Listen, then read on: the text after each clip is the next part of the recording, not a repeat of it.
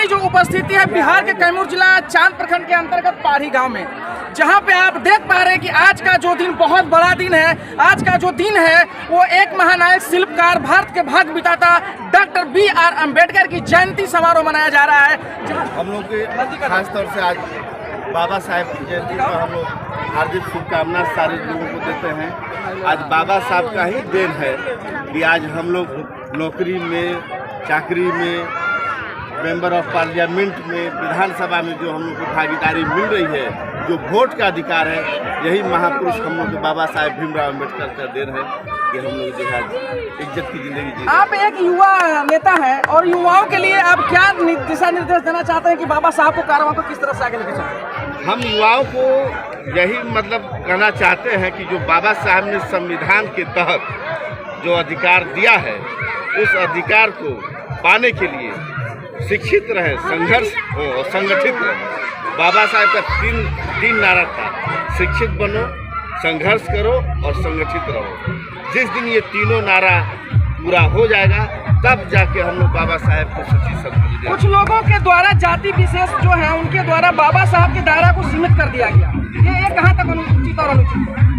आप मोची है तो जूता पॉलिश करने का काम करिए, आप धोबी है तो कपड़ा धोने का काम करिए। आप IAS, IPS, MLA, MP, minister आप बनने के बारे में सपना न सोचें। वैसे लोगों के लिए बाबा साहब जो है उनके आँख के लिए किरकिरी बने हुए हैं और उन लोगों के द्वारा बाबा साहब को सीमित कहा गया।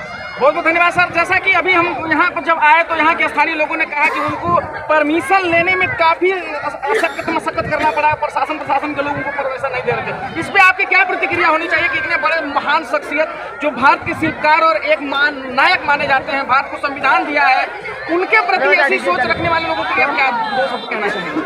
मैं अरुण कुमार, बहुजन समाज पार्टी का प्रदेश महासचिव।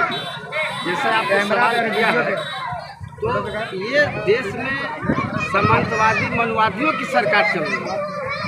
पूरे विश्व में, पूरे भारत में परम पूज्य बाबा साहब डॉक्टर B.R. अम्बेडकर साहब की जयंती 121वीं मनाई जा रही है। लेकिन यहाँ जो शासन प्रशासन है, यह मनवादियों का है। वो कभी नहीं चाहेगा कि बाबा साहब की जयंती धूमधाम से मनाया जाए। लेकिन मान लीजिए कि इसी तरह से जैसे रामनवमी होता है, उसे मंदिर की पूजा होता है, उसमें DJ रातों दिन बजता है, कोई नहीं मना करता है। और जब बाबा साहब की जयंती आ जाएगी तो शासन प्रशासन कानून की बात करता है।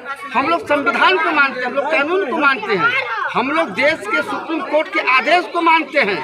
लेकिन फिर भी हमारे नौजवानों का इच्छा है कि धूमधाम से जयंती मना, पूरे विश्व मना रहा है, पूरा भारत मना रहा है, हम लोग भी मना रहे हैं, हमारे गांव के लोग भी मना रहे हैं, सारे लोग मना रहे हैं। मनाना भी चाहिए, उससे हम लोग को परवाह नहीं। गलत मानसिकता को समाप्त करो।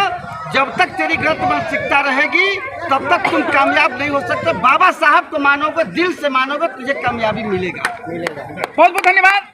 जिला के और पदाधिकारी और मौजूद हैं बहुजन समाज के, जो बाबा साहब के काफ़ी, जैसा कि आप देख पा रहे हैं, गले में नीला गमछा बांधे हुए हैं और किसी परिचय के अब मोहताज नहीं है कि नीला गमछा सब नहीं लेके चल सकता है। क्या नाम हुआ सर जी आपका? सर, मेरा नाम राजेंद्र कुमार है।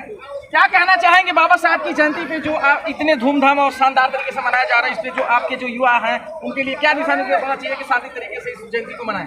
हिंदुस्तान के 36 जातियों के लिए संविधान में आरक्षण दिया, सबको जगह दिया, सबको सम्मान दिया। उस बाबा साहब को ये लोग ये दृष्टि से लोग देखते हैं, उनका कभी भला नहीं हो सकता है। लेकिन जब वोट आता है तो बाबा साहब के नाम पर वोट लेने का काम करते हैं, उनके लिए क्या कहेंगे? बाबा साहब के नाम पर जो वोट लेने का काम करते हैं, वो हम समाज को, बहुजन समाज को लोग धोखा देने का काम करता है। और बहुजन समाज धोखा के विषय में समझ चुका है, धोखा बर्दाश्त नहीं करेगा। बहुजन समाज पार्टी बाबा साहब के सिद्धांतों पर चलता है, मानवर कांशीराम साहब के सिद्धांतों पर चलता है। धन कुमारी मायावती जी के